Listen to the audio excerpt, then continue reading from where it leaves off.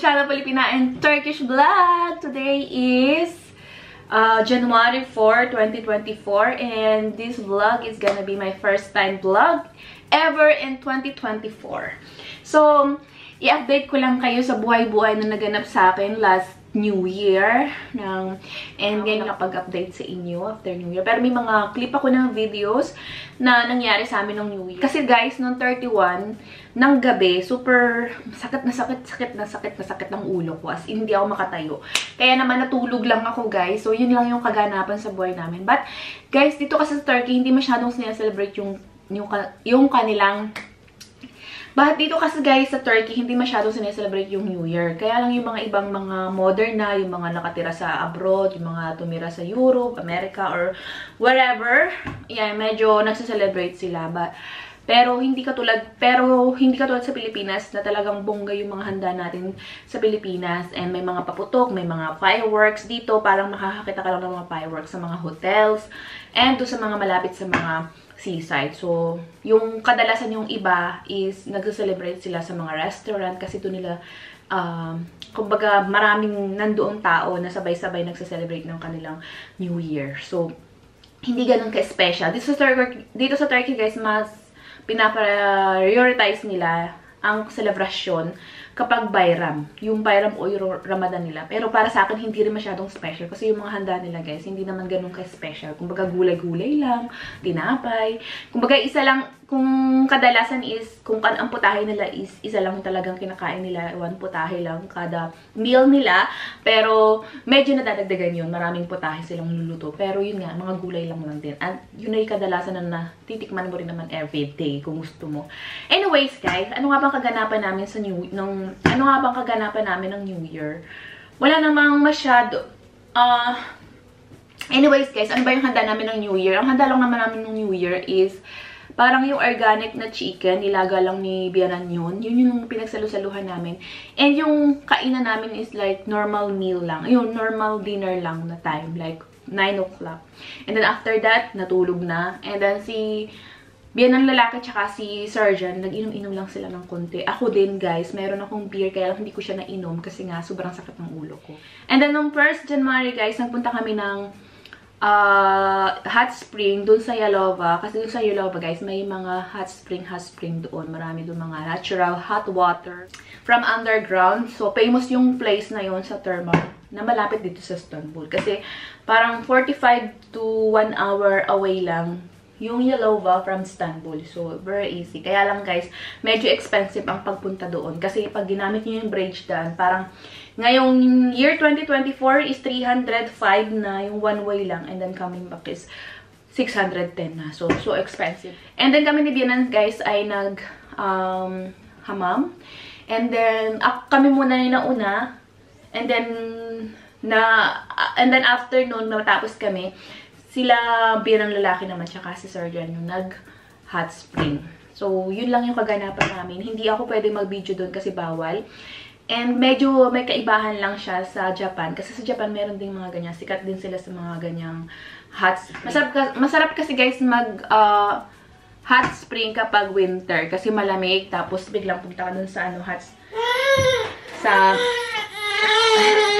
and then punta ka dun sa malamig, sa mainit. So, napapansin naman yung batang ito.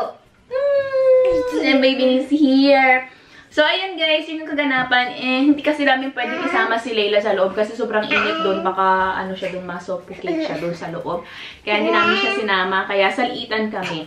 So, ang kasama ko nung nag-hot spring is si Bianan babae. And then, sila Surgeon naman ang pangalawa. Yun lang kaganapan. And then, nag-go around lang kami. And super crowded dun guys kung makikita nyo. And then yun guys, yun lang ang update sa buhay namin. And I will end this vlog. I see you in my next vlog. Kasi sa Layla, inaagaw yung camera. Nakikiagaw na to kasi ng camera. Bye-bye na. Bye-bye na. Bye-bye. Bye-bye guys. Bye-bye. Bye-bye. See you. Oh. See you. Chicken. Bye. Yan guys, so nandito na tayo sa bridge papuntang Yalova. Ito yung bridge na sinasabi ko sa inyong napakamahal. And nag-stop lang kami dito habang hinahantay namin sila biyanan kasi galing sila ng probinsya. And wala pa sila dun sa ba.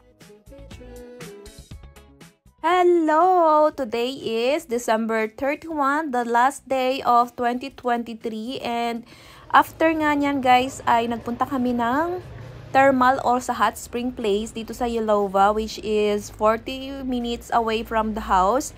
And nagbaka sakali kami, baka kami ay makapag-rent ng hotel or ng mga apartel para sama-sama kami ni Bianan dito mag-New Year. Pero yun nga punuan, hindi rin kami makapag-hot spring kasi wala ding space or occupied lahat. Walang mga towels and everything. So nag-check lang kami dito sa palibot ng Yelova, dito sa thermal. And makikita nyo guys, yung pinapakita ko dito, yung swimming pool. Yung swimming pool na yan, ang tubig dyan ay mainit. At as in guys, mainit. Pero ayan nga, karecheck siya or yung halo-halo na nandyan na matanda, bata, binata, or any gender guys nandyan na. Kaya ayaw kong sanang mag-swim dyan.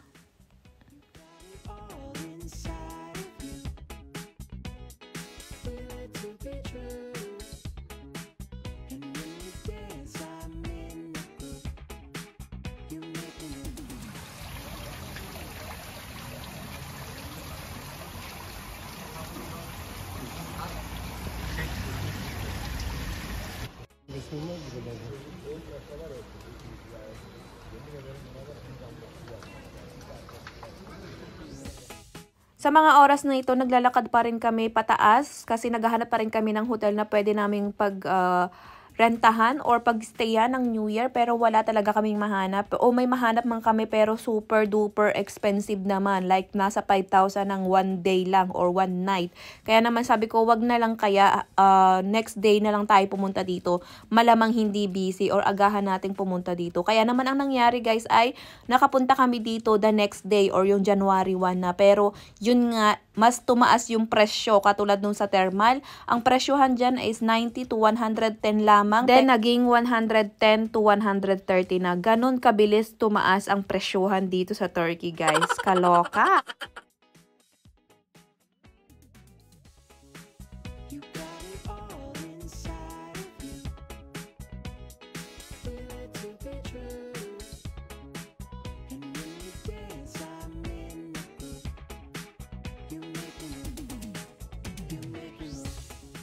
Ito guys, yung kanilang presyo, 90 and 110.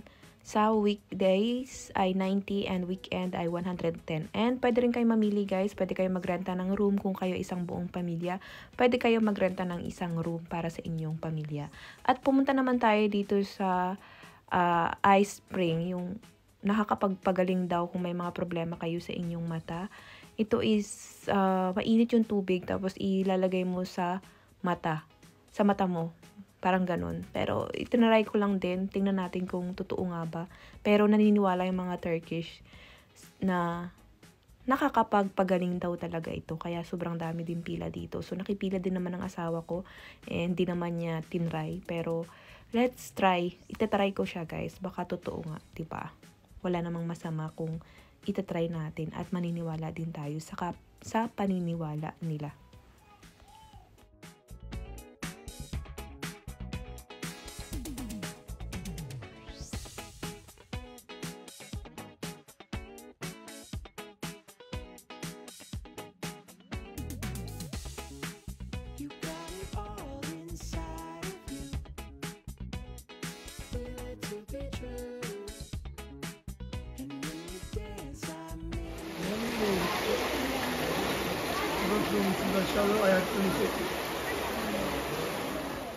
At ngayon naman guys, ay nandito ako ngayon pumipila sa smoke, parang smoke, I don't know kung ano tawag talaga dito, pero yung may usok na mag-i-steam sa mukha mo. Kung barado daw yung inyong ilong, makakatulong na parang ma-steam ka, ganun, steamer or nose steam. face steam tawag. Ewan ko kung anong tawag nila sa Turkish.